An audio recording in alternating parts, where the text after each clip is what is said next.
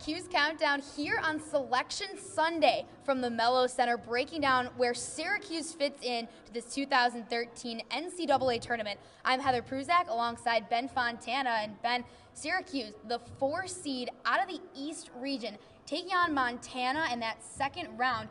Did you see that one coming? No, I didn't. I really didn't. I think Syracuse, the way they played in the Big East tournament, that they would be at least a 3 seed, but they ended up being a 4, falling all the way out to San Jose, California in the East region. At least they're in the East. We're playing San Jose and a pretty decent Montana team that was 17-1 in the regular season, Big Sky champions. It's tough. It's tough. And you talked a little bit about how you thought they should be a 3 seed, but Coach Boeheim said that this is the time where the Big East tournament really made an impact on Syracuse's seeding.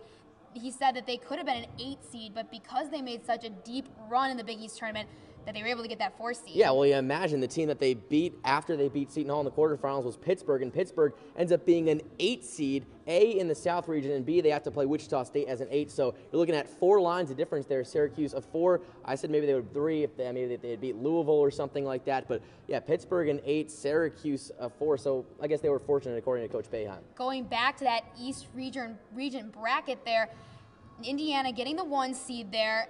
A couple other teams that Syracuse is kind of familiar with, though. Yeah, I got Marquette as a 3 seed. I think we remember that from 2011. Even Butler as a 6 seed. Oh, the Butler doing it in 2010 to the Cuse. So, yeah, there's some familiar faces, but A, they have to get past Montana. Then there's a 5-12 UNLV and California that Syracuse also has to look past, and those teams are all from out west. They're all closer to San Jose than Syracuse. It's going to be a time adjustment. Another tough team in that East bracket is Miami. You saw what they were able to do at the end of the season there. Tough teams. But going over to the Big East now, once again, the Big East dominating the NCAA tournament. 8 bids this year for the conference.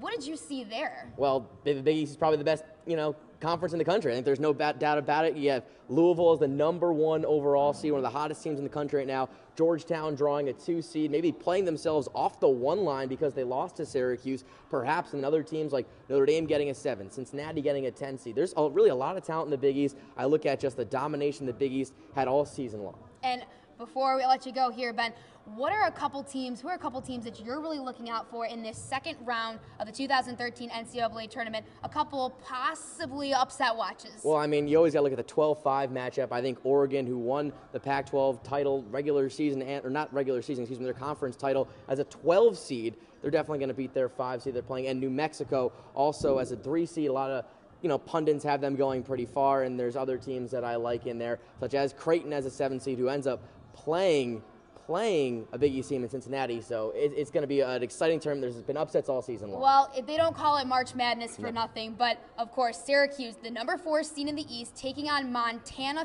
Thursday in the second round of the 2013 NCAA tournament. Keep it here at sportsblog.citrustv.net for all of your SU basketball all the way through the postseason.